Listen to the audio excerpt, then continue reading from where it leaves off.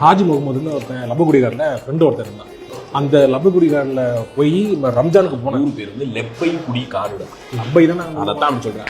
லப்பகுடி போயிட்டு சாப்பிடும்போது சொல்லு பிரியாணியை போட்டோம். எப்போ தான் பிரியாணி இருக்க மட்டன் பீஸே நான் சாப்பிட்டு மட்டன் கொஞ்சம் கொஞ்சமாக இது பண்ணாங்க. அப்புறம் ஸ்பேர் பார்ட்டு பூரா சாப்பிட்டது தங்கச்சி கல்யாணத்தில் தான். நிச்சயத்துக்கு வந்து சாப்பிட்டேன். அப்புறம் கல்யாணத்தில் சாப்பிட்டு அதே மாதிரி கடல் மீன் இருக்குல்ல, கடல் மீனுக்கு ஒரு டேஸ்ட் இருக்கு. அதே மாதிரி வளர்ப்பு மீன் கம்மா மீன் இருக்குல்ல, கம்மா மீன் ஆத்துல பிடிக்கிறது, அதோட டேஸ்ட் மாறும். எனக்கு அதுல ஒரு ஃபிளேவர் ஒன்று வரும்.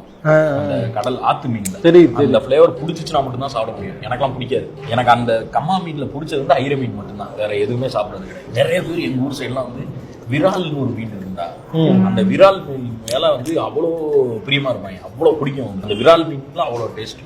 ஏன் அது என்னமோ அது ரொம்ப பிடிச்சிருக்கு அவங்களுக்கு. அந்த மீசாலாம் வச்சிருக்காங்க, மண்டல போட்டு டம்பு டம்னு அடிச்சு கதைய முடிப்பாங்க.